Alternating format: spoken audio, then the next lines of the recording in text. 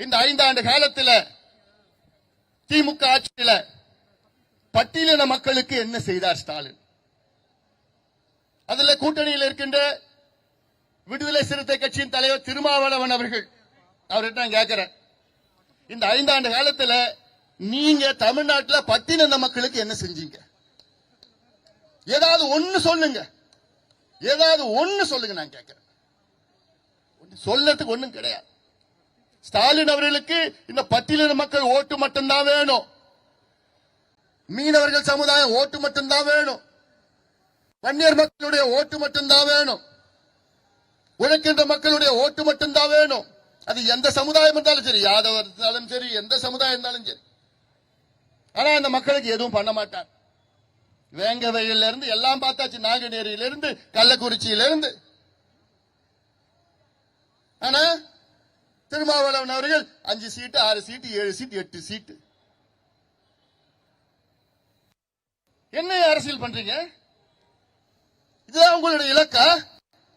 இதுதான் உங்களுடைய லட்சியமா? மோசடி திமுக உங்களுக்கு மரியாதை கொடுக்கிறாரா ஸ்டாலின்? இல்ல. தமிழ்நாட்டில் 34 அமைச்சர்கள் இருக்கின்றார்கள்.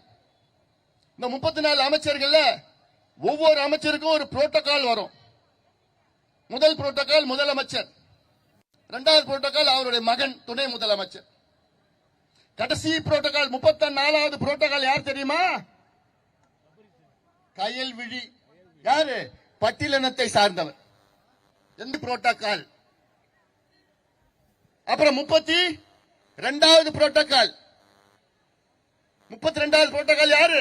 இன்னொரு பட்டியலினத்தை சார்ந்தவர், அந்த வேந்தன், மதிவேந்தன். யாரு? பட்டியலினத்தை சார்ந்தவர். இதைத்தான் திமுகவும் ஸ்டாலினும் பட்டியலின மக்களுக்கு செய்கின்ற மரியாதையா? இதற்கு திருமாவளவன் போன்றவர்கள் அவங்க கூட சேர்ந்து அவனை முதலமைச்சர் ஆக்கி வெக்கக்கேடியா, வெக்கக்கேடியா? அதான் நான் கேட்கிறேன்.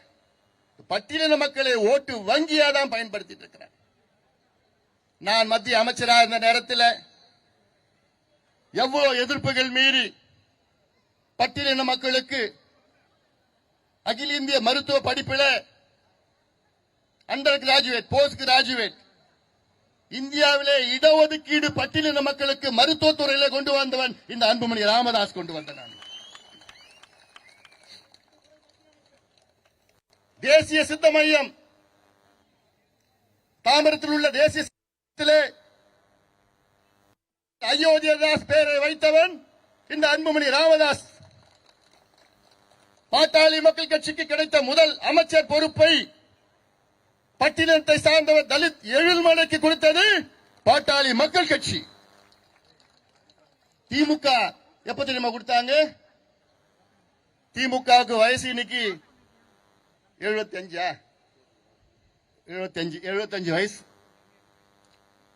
எங்க கட்சிக்கு வயசு 36. இவ்வளவு நாளா திமுக ஆண்டுட்டு இருக்கிறாங்க. திமுக எப்ப தெரியுமா ஒரு பட்டியலினத்தை சார்ந்த, ஒரு தாழ்த்தப்பட்ட இனத்தை சார்ந்த ஒருத்தருக்கு அமைச்சர் பதவி, மத்திய அமைச்சர் பதவி கொடுத்தாங்க தெரியும்? எப்ப தெரியுமா கொடுத்தாங்க? திமுக 1999 கொடுத்தாங்க. பாட்டாளி மக்கள் கட்சி எப்ப தெரியுமா ஒரு பட்டியலினத்தை சார்ந்தவர்களுக்கு அமைச்சர் பதவி கொடுத்தாங்க, மத்திய அமைச்சர் பதவி கொடுத்தாங்க தெரியுமா? 1998. எங்களுக்கு பிறகுதான் திமுக நீயே பட்டியலினத்தை சார்ந்தவருக்கு ஒரு மத்திய அமைச்சர் பதவி நீ கொடுக்கிறீங்க.